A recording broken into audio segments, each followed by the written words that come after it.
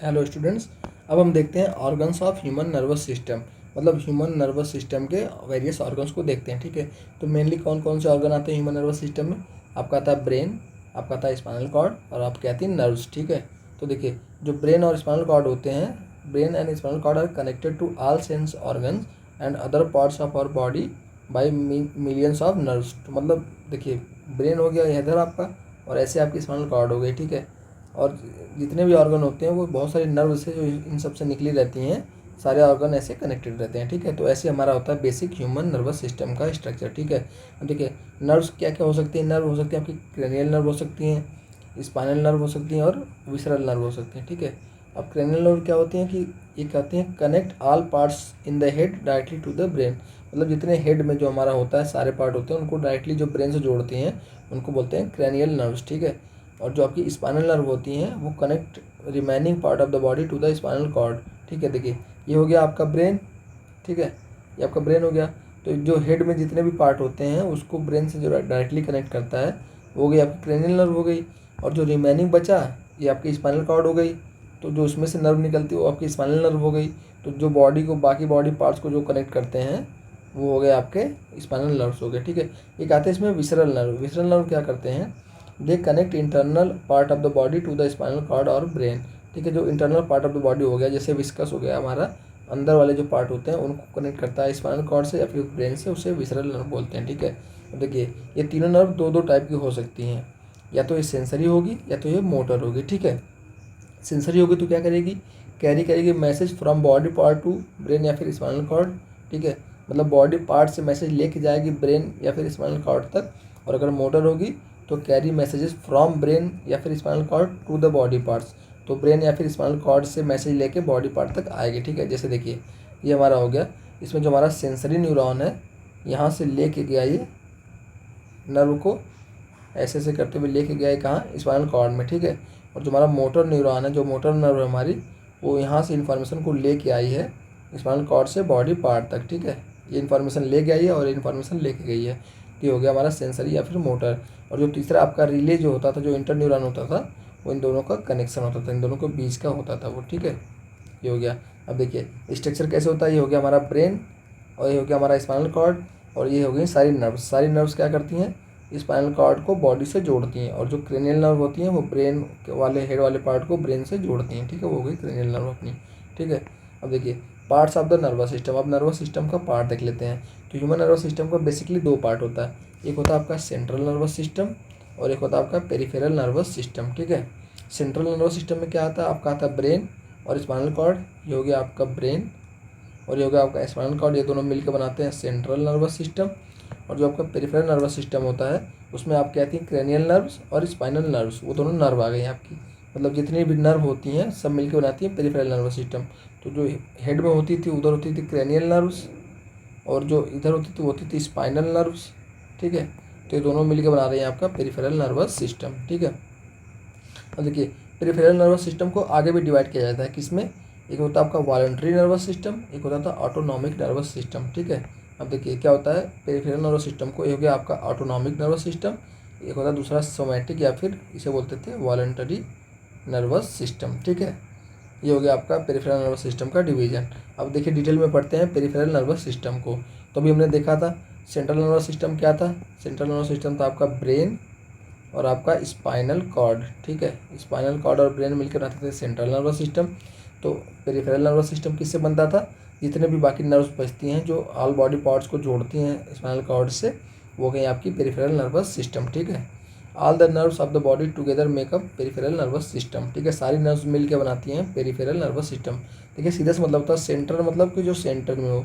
तो आपका brain centre में हो गया ऊपर और स्पाइनल कॉर्ड सेंटर में हो गया इधर बीच में। ठीक है, और पेरिफेरी मतलब होता है जो किनारे हों। तो सारी नर्व जो बची किनारे किनारे आपकी जितनी भी सारी नर्व बची किनारे, वो हो गया आपकी पेरिफेरी। तो हो गया पेरिफेरल नर्वस सिस्टम, ये हो गया सेंट्रल नर्वस सिस्टम। ठीक है, अब देखिए नर्व्स तीन तरीके की हमने देखा था। एक होती थी आपकी स्पाइनल नर्व्स जो कि स्पाइनल कॉर्ड को बॉडी से कनेक्ट करती थी, फिर होती है आपकी क्रेनियल नर्व्स होती थी जो कि ब्रेन को हेड से कनेक्ट करती थी, फिर आप कहती थी विसरल नर्व्स जो कि स्पाइनल कॉर्ड या फिर ब्रेन को इंटरनल ऑर्गन से कनेक्ट करती थी, ठीक है।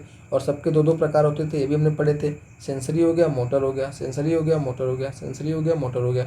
सेंसरी लेके जाती है इन्फॉर्मेशन ब्रेन तक या फिर स्पाइनल कॉर्ड तक, और मोटर लेके आती है।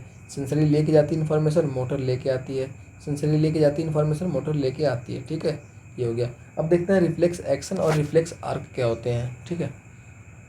तो देखिए, जो सिंपलेस्ट फॉर्म ऑफ रिस्पांस होता है नर्वस सिस्टम में, वो होता है आपका रिफ्लेक्स एक्शन का रिस्पांस, ठीक है। ये किसी के कंट्रोल में नहीं होता, ठीक है, not under voluntary control of the brain, इसलिए इसको बोलते हैं इनवॉलंटरी एक्शन, ठीक है। ये ब्रेन के वॉलंटरी कंट्रोल में नहीं होता, मतलब दिमाग कहता नहीं इसको करने के लिए, ये अपने आप हो जाता है, ठीक है। कैसे होता है देखिए, moving our hand away on touching a hot object, जैसे हम किसी एक हॉट ऑब्जेक्ट को टच करते हैं तो एक अचानक से झटके से अपना हाथ हटा लेते हैं, ठीक है। तो अभी तक हमारा दिमाग ये नहीं सोच पाया है कि हाथ को हमारे हटाना है, ठीक है, लेकिन जैसे हमने टच किया अपने आप हमारा हाथ हट जाता है, तो ये हो गया रिफ्लेक्स, एक हो गया ये रिफ्लेक्स हो गया ये, इसको बोलते हैं रिफ्लेक्स एक्शन। ऐसे ये कोई मान लीजिए कांटे पे चढ़ गया, हमारा पैर कांटे पे पड़ गया, फिर किसी कांच के टुकड़े पे पड़ गया, जैसे ही धंसता है तब तक तुरंत हम झटके में अपना हाथ हटा लेते हैं, ठीक है। तो ये इसे बोलते हैं रिफ्लेक्स एक्शन, ठीक है। ऐसे ही आपका नी जर्क हो गया, मूवमेंट ऑफ डायफ्राम हो गया, कफिंग हो गया, यॉर्निंग मतलब जमाई लेना हो गया, ब्लिंकिंग ऑफ आइज हो गया, हमारी जो आंखें झपकती हैं बार बार, वो भी रिफ्लेक्स एक्शन होता है। स्नीजिंग हो गया, ये भी रिफ्लेक्स एक्शन हो गया, ठीक है। हो गया रिफ्लेक्स एक्शन आपका। अब रिफ्लेक्स आर्क क्या होता है? रिफ्लेक्स आर्क कुछ नहीं होता है, बस simply the पथवे taken by nerve impulse in A reflex action is called reflex arc. मतलब जो रिफ्लेक्स एक्शन में जो नर्व जो पथवे लेती हैं, मतलब जिस रास्ते से नर्व इम्पल्स जाती है, जिस रास्ते से आती है, उन सबको मिला के बोलते हैं रिफ्लेक्स आर्क, ठीक है। देखिए, moving our hand away on touching a hot object, ये तो इसका एग्जांपल हो गया रिफ्लेक्स एक्शन का या फिर रिफ्लेक्स आर्क का। आर्क का मतलब हो गया सीधे से कि पथवे के बारे में बात कर रहा है, मतलब उस रास्ते के बारे में बात कर रहा है जिससे नर्व इम्पल्स गई है और वापस आई है। अब देखिए इसको, हमारे पास एक स्टिमुलस था हीट, ठीक है। हीट क्या था? हमारा स्टिमुलस था। उसको क्या किया, रिसेप्टर जो था, थर्मो रिसेप्टर जो था, जो हमारा हीट को रिसेप्टर जिसका होता है उस प्रेजेंट होता है हमारे हाथ में, उसने उसको सेंसिटाइज किया, ठीक है। अब क्या किया इसने, इसने trigger and impulse in a sensory neuron, इसने एक इम्पल्स को ट्रिगर कर दिया, ठीक है। एक इम्पल्स जनरेट हो गई, कहाँ पे हुई? सेंसरी न्यूरॉन पे हुई। अब सेंसरी न्यूरॉन क्या करता है, ट्रांसमिट करता है उस मैसेज को कहाँ पे? स्पाइनल कॉर्ड में, वो लेके गया स्पाइनल कॉर्ड में, ठीक है। अब हो गया इम्पल्स टू रिले न्यूरॉन, अब आ गया इम्पल्स आपका रिले न्यूरॉन में। रिले न्यूरॉन क्या था? जो सेंसरी वाले को मोटरोला से जोड़ता था, बीच में होता था रिले आपका, ठीक है। अब क्या हुआ, रिले न्यूरॉन से कहाँ गई इम्पल्स? इम्पल्स आपके आ गई मोटर न्यूरॉन में, ठीक है। मोटर न्यूरॉन क्या हुई, इम्पल्स लेके आई मसल में, ठीक है, जिसे इफेक्टर बोलते हैं। मसल इन और आर्म, जब मसल में आ गई तो मसल ने कॉन्ट्रैक्ट किया, मसल सिकुड़ गई और हमने अपना हाथ हटा लिया, ठीक है। तो ये हो गया पूरा हमारा रिफ्लेक्स आर्क, ठीक है। देखिए इसका एग्जाम्पल यहाँ सेट करते हैं। हमने हॉट ऑब्जेक्ट को टच किया, यहाँ से डायरेक्शन ऑफ इम्पल्स दिखा रहा है, ये हो गई हमारी सेंसरी न्यूरॉन हो गया, ठीक है। यहाँ से इम्पल्स लेके गए कहाँ पे लेके गए हमारा स्पाइनल कॉर्ड में, हो गया हमारा स्पाइनल कॉर्ड, ठीक है। यहाँ तक लेके आए, फिर ये हमारा रहा इंटर न्यूरॉन। इंटर न्यूरॉन से कहाँ चली गई इन्फॉर्मेशन? चली गई आपकी मोटर न्यूरॉन में, ठीक है। ये हो गया आपका मोटर न्यूरॉन। मोटर न्यूरॉन इधर से आता रहा यहाँ पे मसल में मोटर न्यूरॉन गया था, ठीक है। मसल क्या हुई, कॉन्ट्रैक्ट हुई और हमने अपना हाथ हटा लिया, ठीक है। तो ये हो गया हमारा रिफ्लेक्स एक्शन का एग्जाम्पल, ठीक है। अब देखिए, रिफ्लेक्सेस भी दो प्रकार के हो सकते हैं, एक तो आपके स्पाइनल रिफ्लेक्सेस हो सकते हैं, एक आपके सेरेब्रल रिफ्लेक्स होते हैं। स्पाइनल रिफ्लेक्स क्या होते हैं? वो रिफ्लेक्स होते हैं कि जो सिर्फ स्पाइनल कॉर्ड में तक ही सीमित रहते हैं, ठीक है। मोस्ट ऑफ द रिफ्लेक्सेस जो होते हैं वो स्पाइनल कॉर्ड तक ही रहते हैं, तो उनको बोलते हैं स्पाइनल रिफ्लेक्सेस। जबकि जो आपके सेरेब्रल रिफ्लेक्स होते हैं वो ब्रेन को भी इन्वॉल्व कर लेते हैं, ठीक है। फॉर एग्जांपल जैसे प्यूपिल हो गया, आप हमारे आँख में होता है प्यूपिल होता है, जो बीच का हिस्सा होता है काला वाला जिसमें से रोशनी जाती है अंदर, उसे प्यूपिल बोलते हैं। वो एक तरीके का छेद होता है जिसके अंदर से लाइट अंदर आँख में जाती है, ठीक है। वो क्या होता है प्यूपिल के साथ कि जब हम डिम लाइट में रहते हैं, जब हम अंधेरे में रहते हैं तो प्यूपिल बड़ी हो जाती है, ठीक है। प्यूपिल बड़ी हो जाती है, ठीक है। क्यों होती है? ताकि ज़्यादा रोशनी अंदर जाए, ताकि हम अंधेरे में भी चीज़ों को देख सकें, ठीक है। और जैसे ही ब्राइट लाइट होती है, जैसे ही बहुत ब्राइट लाइट आती है, वैसे ही जो हमारा प्यूपिल होता है वो छोटा हो जाता है, ठीक है। वो कॉन्स्ट्रिक्ट हो जाता है, क्योंकि अब ज़्यादा लाइट बाहर है तो चाहता है कम लाइट जाए अंदर, ठीक है।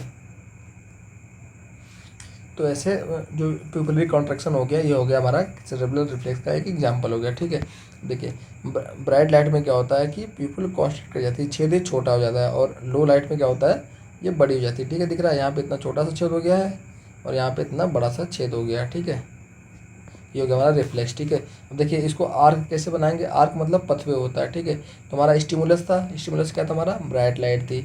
वो कहाँ गया? रिसेप्टर पे गया, रिसेप्टर ले गया सेंसरी न्यूरॉन के थ्रू ब्रेन में, ब्रेन ने कहा मोटर न्यूरॉन से कहा जाओ, वो गई इफेक्टर पे काम किया, इफेक्टर हमारी मसल हो गई, मसल ने कॉन्ट्रैक्ट किया और प्यूपल हो गई कॉन्स्ट्रिक्ट, ठीक है। तो ये हमारा हो गया रिफ्लेक्स आर्क पूरा, ठीक है। अब फिर क्वेश्चन आता है हाउ द इफेक्टर्स, या फिर जिन्हें मसल्स बोलते हैं, जो इफेक्टर्स होते हैं, कॉज द एक्शन और मूवमेंट, वो कैसे मूवमेंट करते हैं, ये हमारे मन में सवाल है, ठीक है। तो देखिए मसल्स क्या होते हैं, वो बने होते हैं मसल सेल्स के, ठीक है। मसल सेल्स के अंदर क्या होता है, स्पेशल प्रोटीन्स होते हैं।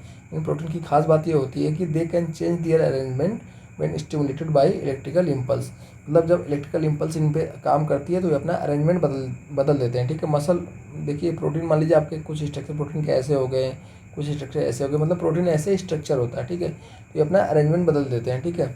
अब देखिए जब मसल अपना अरेंजमेंट बदल रहे हैं तो वो अपना शेप चेंज कर सकते हैं और कॉन्ट्रैक्ट कर सकते हैं।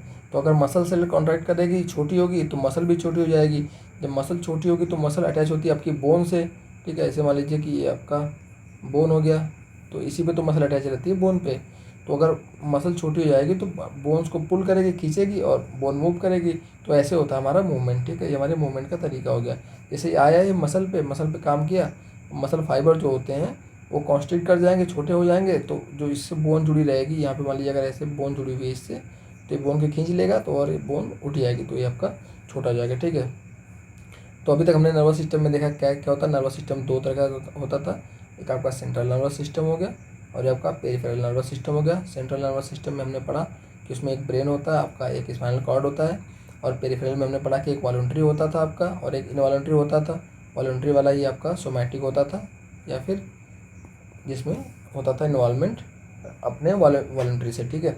अब देखते हैं कि ऑटोनॉमिक जो होता है आपका, ये जो आपका इनवॉलंटरी है, जो ऑटोनॉमिक नर्वस सिस्टम है वो क्या होता है ये देख लेते हैं। ठीक है, हमारा ऑटोनॉमिक नर्वस सिस्टम, ठीक है। अब ऑटो का मतलब होता है सेल्फ, मतलब खुद से, नोमोस मतलब गवर्निंग, मतलब ऐसा नर्वस सिस्टम जो अपने आप से अपने आप को गवर्न करता है, ठीक है। Self governing nervous system. Autonomic nervous system करता क्या है, autonomic nervous system controls the activities of the organ inside our body automatically, मतलब अपने आप से, without our thinking about them, मतलब हम उसको सोच के नहीं करते हैं, वो अपने आप ही होता है जो वो कंट्रोल करता है ऑटोनॉमिक नर्वस सिस्टम। जैसे ब्रीदिंग हो गई, ब्रीदिंग हम नहीं भी सोच रहे हैं ब्रीदिंग के बारे में, तब भी हम ब्रीद कर रहे हैं, ठीक है। हार्ट बीट हो गया, हमारा हमारा दिल धड़क रहा है, हम चाहे उसके बारे में सोचे चाहे ना सोचे, वो हमारा धड़कता रहेगा। ऐसे हमारा डाइजेशन हो गया, जो हमारे खाने पच रहे हैं वो खाना पचता ही रहेगा, हम उसको सोचे या ना सोचे। ऐसे हमारा स्वेटिंग हो गया, ऐसे बहुत सी एक्टिविटीज़ होती हैं जो अपने आप हो रही हैं, जो बिना हमारे कंट्रोल के हो रही हैं, ठीक है। स्वेटिंग हो गया हमारा, ठीक है, ये हो गया। तो जो न्यूरॉन्स होते हैं, जो नर्वस होता है एनएस का, वो are attach to the smooth muscles of the internal organs. Nerves जो होती हैं ऑटोनॉमिक नर्वस सिस्टम की, वो कहाँ अटैच होती हैं, इंटरनल ऑर्गन्स के स्मूथ मसल्स पे अटैच होती है। जैसे हेड हो गया आपका, हार्ट हो गया, ब्लड वेसल्स हो गए, आपकी एलिमेंट्री कैनाल हो गई, लंग्स हो गया आपका, किडनीज हो गए, यूरिनरी ब्लैडर हो गया, ग्लैंड्स हो गया, स्किन हो गया, इन सब पे अटैच होते हैं, ठीक है। वो अपने आप काम करते रहते हैं, हम उसके बारे में सोचते भी नहीं हैं, फिर भी वो अपना काम करते रहते हैं, ठीक है। ये हो गया। जैसे आपका देखिए ऑटोनॉमिक नर्वस सिस्टम का एग्जांपल, जैसे देखिए हार्ट, लंग्स पे काम कर रही है इधर नर्व, तो रिस्पायरेशन हो रहा है, हार्ट पे काम कर रहा है तो हार्ट ब्लड को सर्कुलेट कर रहा है। ऐसे ही स्टमक पे काम कर रहा है, डाइजेशन हो रहा है, इंटेस्टाइन पे कर रहा है, डाइजेशन हो रहा है। ऐसी सारी चीज़ें होती रहती हैं, ठीक है, ठीक है। अब देखते हैं वॉलंटरी नर्वस सिस्टम क्या होता है। वॉलंटरी नर्वस सिस्टम होता है कि those actions which need thinking and which are performed by us knowingly, मतलब हम जिन्हें जानबूझ के करते हैं, हम जिन्हें जानबूझ के करते हैं वो होते हैं हमारे वॉलंटरी एक्शन। जैसे कि स्पीकिंग, बोलना हो गया, राइटिंग लिखना हो गया, डांसिंग, साइकिलिंग, स्टैंडिंग, सिटिंग, मतलब जो एक्शन हम जानबूझ के करते हैं, अपने होश में करते हैं, वो होता है हमारा वॉलंटरी एक्शन, ठीक है।